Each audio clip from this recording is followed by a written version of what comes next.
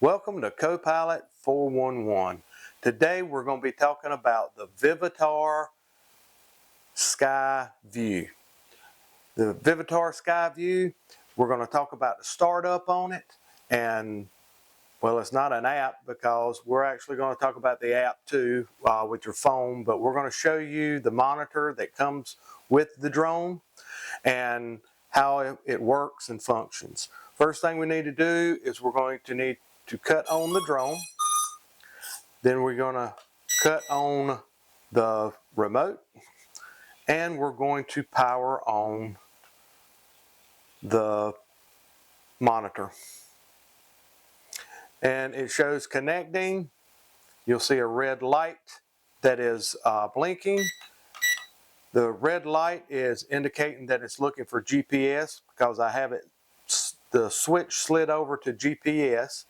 So the red light is saying that it's not found enough GPS or satellites to be able to fly yet. There on the screen up here, this is not a touch screen, so the little icons or anything, none of that is like an app on a phone or anything. It does show you the power of the remote, and then it shows you the power of the battery in the drone. It does have a satellite up here, and it has no satellites right now because we're indoors. And this will blink as it does a return to home. And there's a red dot here when we go to record. If I record, you can actually see a red light blinking up here indicating that it is recording, and I'm going to stop the recording. So that's the basic functions of what the screen shows. Now on the screen itself, it actually has a video camera button to record as well. You hit it once, it'll start recording. You hit it again, it'll stop recording. It has a camera button. You press that, it says snap successful. And it also has a camera button here, and the video button is on the opposite, well, not opposite side, but right beside it. So you do have those functions right up here as well. On this side, you have a power button to cut on the monitor, and then this is screen intensity or brightness. And if you press it, it has three settings. This is the lowest, the middle setting, and then the highest setting. So very basic, nice little screen. I like it because you don't have to have a cell phone.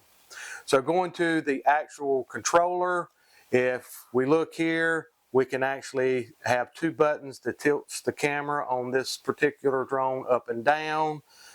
Again, your video button and your camera button. Up here you have a return to home button, a speed button. This one right here is to calibrate gyros and the other setting as well. This one right here is actually going to be a one-key takeoff and a one-key landing. Power button's in the center. To know that it's powered on, this red button right here will indicate that it's on. The blinking button or the blinking red light over here means it's looking for GPS. Satellites, we don't have any. This will not operate. Nothing, it won't take off, it won't do anything in GPS mode if it does not have enough satellites. So if you want to fly this indoors, you have to switch this toggle switch here from GPS over to, it's like got a little drone, and then it's got the little waves coming from the bottom showing that it's going to be using the optical flow camera on the bottom to maintain altitude to fly indoors. Now when I have it slid over to this mode, indoor mode, now if it will actually kick on the motors. You can actually fly in the house. So remember, it's important. If you are inside, use inside mode. If you're outside, you can still use the optical flow sensor to fly outside, but most people are going to want to use GPS when they're outside, so it'll maintain position. It needs to be in GPS mode. Once it gets satellites up here, anywhere from 7 to 12, this red light will quit blinking and it will allow you to take off and act like it's supposed to. Now, one thing that we want to mention is if for some reason this monitor does not work or you don't want to use it, you can actually go to a cell phone and the cell phone will click in as well, just like regular. You will have to go in, your drone has to be on, you have to Wi-Fi it. When you go in, it will show Wi-Fi, GPS, and it'll have some numbers. You'll click on it. I'm using an Android phone. Now, when I click on it, my phone always comes up and it asks me, this network has no internet access, stay connected, you have to hit yes. Once you've connected it with Wi-Fi, you can get out of that and then you'll go to your app. The particular app for this is, it's not a Vivitar app. It's in the book, your Vivitar manual, and what I did was I clicked on it. It's called the LW Pro app, and I have it loaded here. You'll click on that app.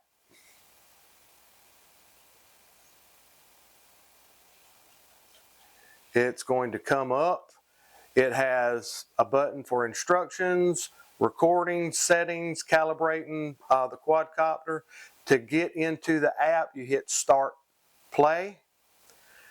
Now I have an image from my drone, and it gives you this little attention thing. Be sure that your safe distance and all that stuff. Click yes.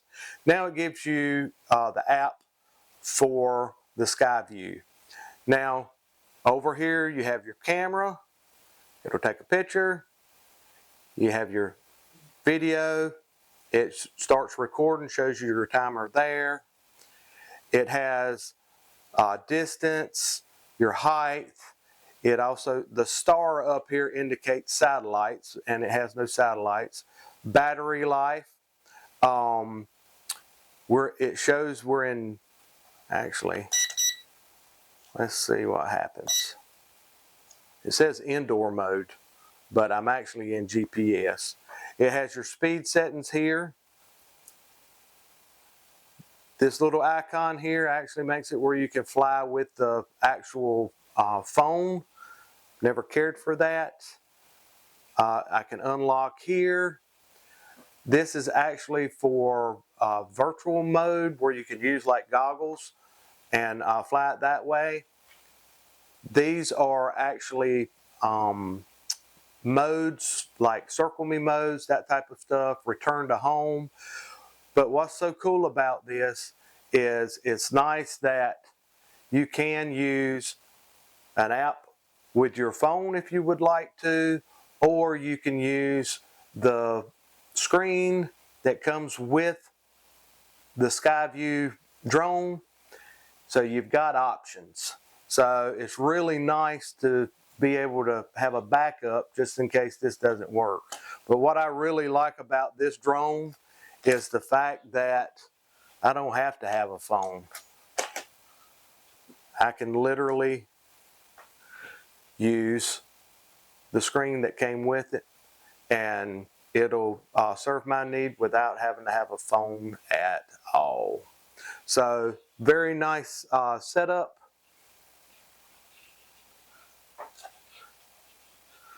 Great little quadcopter. We'll have a link below on the actual review of this unit. The one thing I always like to stress is remember, if the GPS is on and it's looking for satellites, which this red button flashing and actually the drone flashing indicating that it's looking for satellites.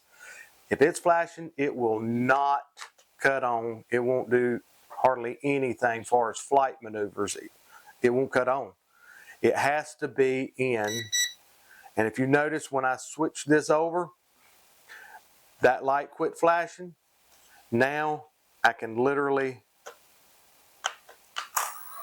start the drone and fly indoors. So make sure and remember that little feature. Sometimes it gets frustrating when you get a new drone and you want to fly it and it's looking for satellites and won't do anything and you can't figure it out. It's because you've got to cut that GPS off. So anyway, I hope this was helpful. Thank you for watching CoPilot 411, and like always, happy flying.